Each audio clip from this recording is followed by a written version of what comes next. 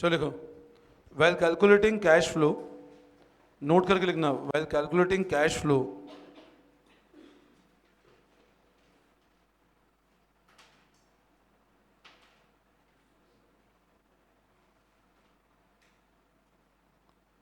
Following step are to be followed. अब step से cash flow कैसे निकालना है ऑपरेटिंग।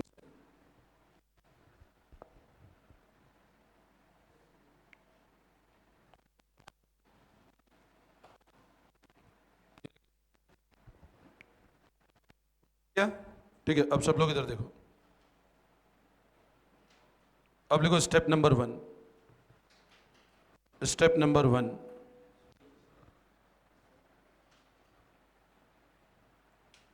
अब पहली स्टेप क्या है, क्या निकालना है, net profit before tax and extraordinary item. देखो first, and this is starting point of operating activity.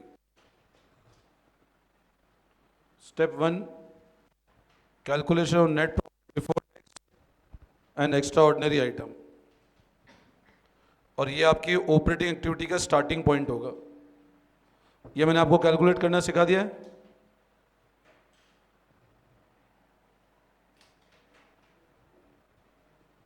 आपको है ना इतने रिफाइंड नोट्स मिलेंगे ही नहीं जितना सिस्टमेटिक में नोटिंग करवा रहा हूँ।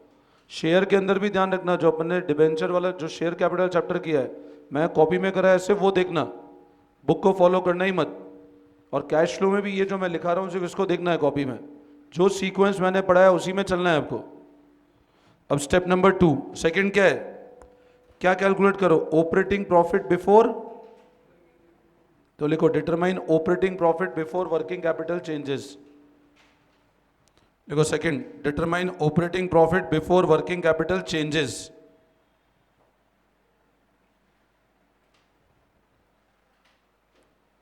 Step number 2, determine operating profit before working capital changes. Working capital changes लिख लिया। अब क्या एडजस्टमेंट करना है, तो लिखो following adjustment need to be done, following adjustment need to be done in net profit before tax and extraordinary item to arrive at operating profit before working capital changes. Following adjustment need to be done in net profit before tax and extraordinary item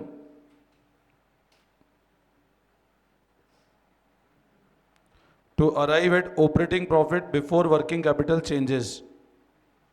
मतलब ये adjustment किस में करने हैं आपको, ये adjustment किस में करने हैं, नेट प्रॉफिट बिफोर टैक्स में, किस पे आने के लिए, ऑपरेटिंग प्रॉफिट पे आने के लिए।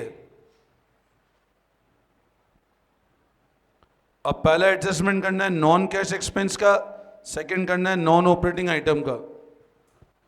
तो फर्स्ट लिखो नॉन कैश एक्सपेंस चेंजेस, ये वो डेल्टा बना दिया उसने, चेंजेस में ऐसा बना दिया, आप तो डायरेक्ट लिख दो चेंजेस।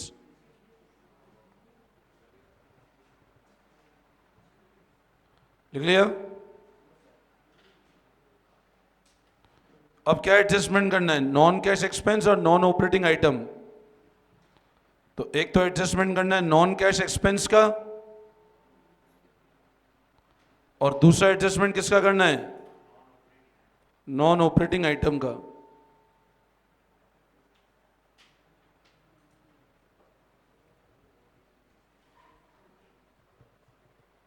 ठीक है, तो अब बताओ एडजस्टमेंट अपन कहां से कहां जा रहे हैं,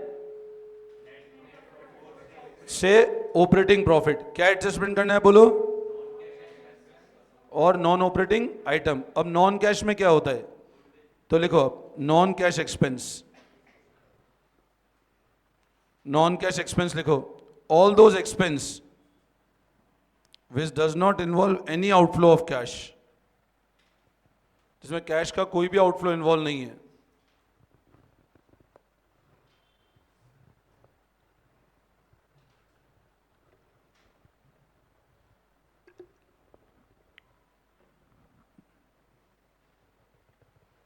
अब उसमें क्या क्या इंक्लूड होता है? Depreciation,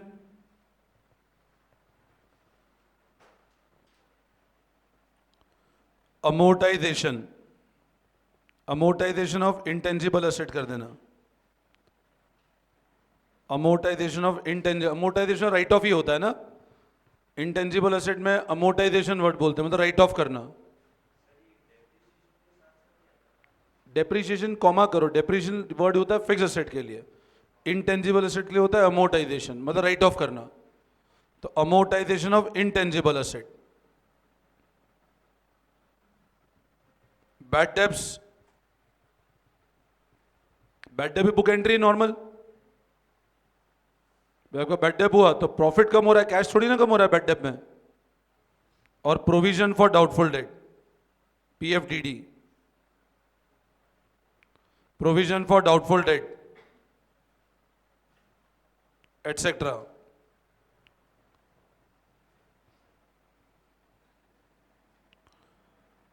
all the above are added to net profit before tax and extraordinary item. इन सबको क्या करते हैं हम लोग? ऐड करते हैं net profit before tax and extraordinary item as there is no outflow of cash. इन सबको क्या करना है आपको? ऐड कर देना है। बोलो यहां तक कोई डाउट?